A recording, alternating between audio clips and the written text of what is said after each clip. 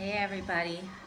Today I thought I would talk to you a little bit about myself and why I absolutely love Latin music and why Zumba has become a big part of my life. There's a story behind it, and I feel like sharing it will just make you all realize more who I am and why I do what I do and why I love this so much. Now, before I start, I really want to show you the contraption that I set up here so that my camera sits at the right height. Um, Let me show you this if I can figure out how to turn it around. No, I can't, so let me just show you like that. Huh, works. Anyway, okay, so I had I guess you can say a tough childhood. Ever since I started school when I was 6 years old, I started having tics, which became worse and worse over time, and nobody really knew what was going on. I was I guess, in a mental institution for children, you can say, and even there, nobody knew what it was. And it wasn't until I was an adult that I saw a TV show about Tourette syndrome. And I watched this show and I watched the person that they talked about, and I was frozen in front of the TV because everything they talked about was me. It was my life. It was everything that I've always suffered through, and nobody even know what it was. So finally, I was able to diagnose myself. I had an answer. I had Tourette's syndrome. I wasn't crazy. There's other people that have the same thing, other people that struggle through the same thing, and finally I realized I wasn't alone, and that was a huge relief. But at the same time, it caused a lot of anger too. Why did nobody ever bring this up? I mean, I saw so many professionals. I was in therapy all my life, and I had classic textbook symptoms, and yet nobody ever diagnosed me. Now, thankfully, over the years, the symptoms got better. It's not gone. I can hold it in for a while, but not all the time. So it's a daily struggle. I always think that everybody is watching me and judging me, and especially now that I'm teaching Zumba and have so many eyes on me, and I know tics slip out like this, for example. When I do that, that's a tic. Um, and it's embarrassing. It embarrasses me, and I always think everybody notices, even though a lot of people tell me they had no idea. Anyway, aside from that, I also, once the tics got better, I developed anorexia. The issue is a long story that I don't want to go into right now, but I am actually writing a memoir. Well, I have been working on this for over a year, and I never can seem to finish it. So hopefully at some point I'll be able to finish it, and if you're interested, you can read more about it and the whys and more details. But for now, I just want to say that I was in a pretty bad shape. I was down to 38 kilos, which I should have calculated that before, but times 2.3 would be American pounds. I'm from Germany, so everything goes in kilos and centimeters, yeah. But I have a picture from the time when I was anorexic at the beach, if you want to see this. That was at about 38 kilos. And I had to go to the doctor every day to get vitamin shots and just the nourishment that I needed. I was in therapy, and I was told that if I go below 38 kilograms, then they have to send me to a clinic where they will put a tube in, I guess, through my nose into my stomach to force feed me. And one day I went to the doctor, and I was just below these 38 kilos. And they basically told me, okay, you have to go to the hospital, we cannot do this anymore. And they wrote already the transfer paper to send me to the hospital, which is this. Kept it all these years. This is the paper that says you need to go to the hospital, and with this paper the hospital had to take me. I panicked on that day because I really did not want to be force-fed. So on that day I ate whatever I could fit in my stomach without throwing up, and went back to the doctor the next day, and I indeed had gained like half a kilo. I don't know, it was probably just whatever the weight of the food was that I had in me.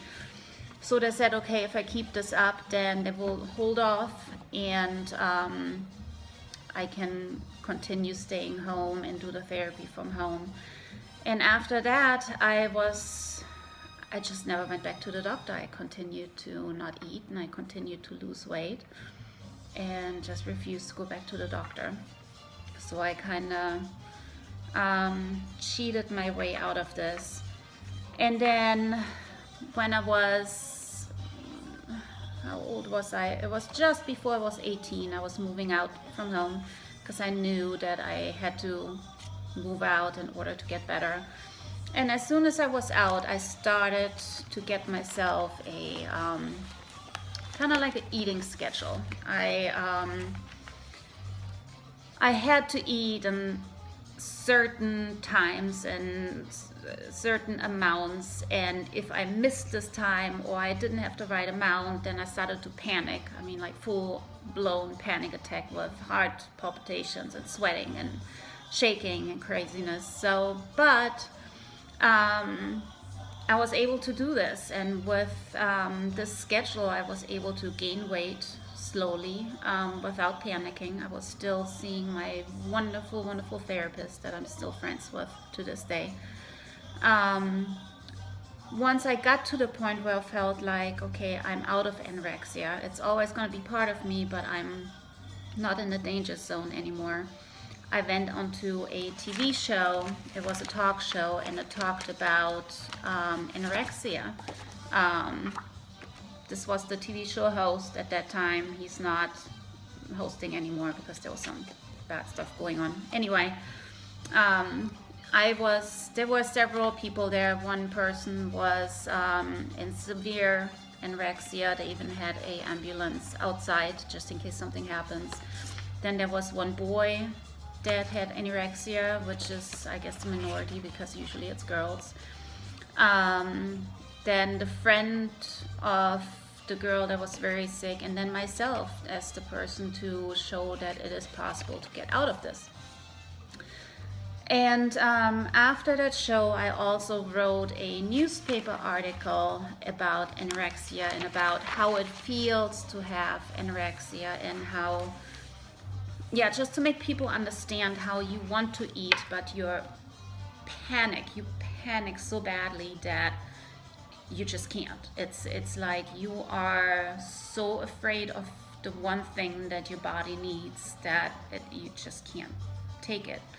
And I wrote this article, and a photographer was taking pictures for me to kind of symbolize how it feels to have anorexia. And this is the newspaper article. It's all in German, but this is me. I was already out of anorexia at that time, so I had somewhat of a healthy weight here. But yeah, I was working hard on spreading awareness and just getting better. And right around that time, when I was still fighting my way out of anorexia, I was downtown one day, and I ran into a friend of mine who was from Algeria at that time, and he was a huge salsa dancer. He went salsa dancing every weekend. And for, gosh, I want to say for years, he's been telling me, come on, come dancing and you will have fun. And I was sick at that time. I didn't want to do anything. I didn't want to be around people. I had no energy. I could barely drag myself around because my body was so deprived of food and nourishments. And that day I met him again, and he said the same thing. Come on, tonight is dancing. It was a Friday. I still remember that to this day. Let's go. And I told him, oh, I don't know, and I don't know how to dance. And he said, I'll teach you. You just have fun. Don't worry about it, and you will love it. I told him, okay, maybe I'll go. I said that, but in the back of my mind, I was like, yeah, I'm just saying that to shut him up and not show up. And then that evening, I was sitting at home, and I was actually bored. And I thought about what he had said and thought to myself, if you really want to get better, you have to get out of the house. And here is somebody that's offering you to stay with you, to teach you how to dance, and you're not going to be alone, and it's right around the corner. Literally, I lived in the city, and it was less than 5 minute walking distance just downtown. So I got dressed, I got up, I went, and from that day on I was hooked. I heard the music, I started moving to the music. It just kind of happened on its own. And as he promised, he was teaching me, he was dancing with me. And I met some wonderful people, and just the whole community in there was amazing. And from that day on, I went as often as I could, and it was the first thing in years that I had gone through my illness that was something that I looked forward to. I had something again to hold on to and to look forward to. And every day I was thinking to myself, when is it Friday? When is it Friday? When can we go dancing? And then it turned into Friday and Saturday. And then for a while there was a Tuesday in there and a Wednesday. And later on I even started working in that bar. And it just became my life. That's the people that I met, partners I had back then. Everything was through the salsa scene. And it helped me. It helped me heal. It helped me get better. It helped me enjoy life again. It gave me something to hold on to, and it's something I'll never forget, and it will always stick with me. And even then I thought, man, it would be awesome if there was an exercise that incorporated this music and the dance moves and everything. I wish I had done it myself and I would be rich now, but somebody else did, and they did awesome. And it's this thing all around the world now called Zumba. And I took my first Zumba class actually here in the United States. I moved here in 2003 after meeting my husband, who was stationed in Germany in the military. And I really liked it. And I signed up to become an instructor 10 years ago. That was still the time where you had to redo your license every year. And just before that instructor workshop, I found out I was pregnant with my second son. So I canceled this again because I knew by the time I was actually able to teach this, I would have to redo my license anyway, because that first year I would be taking care of an infant. So sadly, after that, I never picked it up again. I was too busy with 2 children, and that second one turned out to be a little handful, I guess you can say. So then when we moved from Columbia, Maryland to Westminster, Maryland, and joined the local Y, I took some Zumba classes there again, and it was so much fun, but I was missing that high energy dancing. I have ADHD also, so I need to move, and I don't just need to move, I need to move, like get on it and never stop. So I was missing that, and in addition I was missing that it's supposed to be all Latin music or Latin based music, and a lot of instructors play, in my opinion, too much pop music. I know they're adapting to what the students are asking for, but in my opinion, Zumba is Zumba, and pop music is more of a cardio dance. So if you take a Zumba class, that's what comes with it. And I really missed that, and I was inspired to maybe get the license myself after all and bring a class like that in the area, because if I like it, I'm sure there's a lot of other people that would like it too. So I spoke to the people at the Y, and at that time they had enough Zumba teachers, but they were trying to start a salsa class. So with my salsa background, I was excited. They asked me to just get my Zumba license, so I have a license, which I did just a couple weeks later. And then I started the salsa classes. Sadly, not enough guys were interested in taking the class, so I only had ladies. And while I still can teach them how to dance, it's not what this class was all about. This was supposed to be a partner class. So this was changed into Zumba. So now I'm teaching Zumba after all. Yay! And I have so much fun with it, and the people that have taken my class have come to me and said they really liked it. So of course that makes me feel really, really good. And I'm thinking that I'm doing something right, but of course it's not for everyone. That's why there are several instructors, and everybody has a different style, and everybody's gonna have people that like them better than another, just because everybody's different, and that's how it's supposed to be. So in addition to the Zumba Basic, I also got the Zumba Gold license. I lucked out and did a course that had both combined. Both combined. So Zumba Gold is for I guess the elderly, as well as people that just have issues with their joints, or just need to take it easy, maybe because of an injury or a birth defect or age, or they just don't want the high energy. Even people in a wheelchair can take the Zumba Gold class. There are chair classes for that, so it's pretty awesome. I'm not teaching that right now, but I am certified for it, so I can if somebody's interested. And then I really wanted to get my Zumba Kids license, because first of all, there are not many Zumba Kids instructors in this area.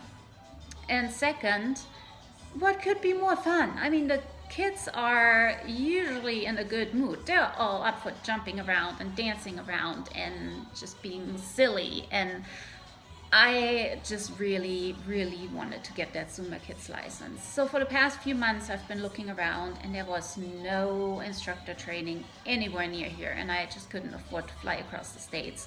Not for the flight cost, but also the time it would have taken and everything. So I couldn't do it. And then coincidentally, I came across, or I looked at the trainings again, and I saw that there is a Zumba Kids class, instructor class coming just 2.5 hours away from me. So I signed up right away.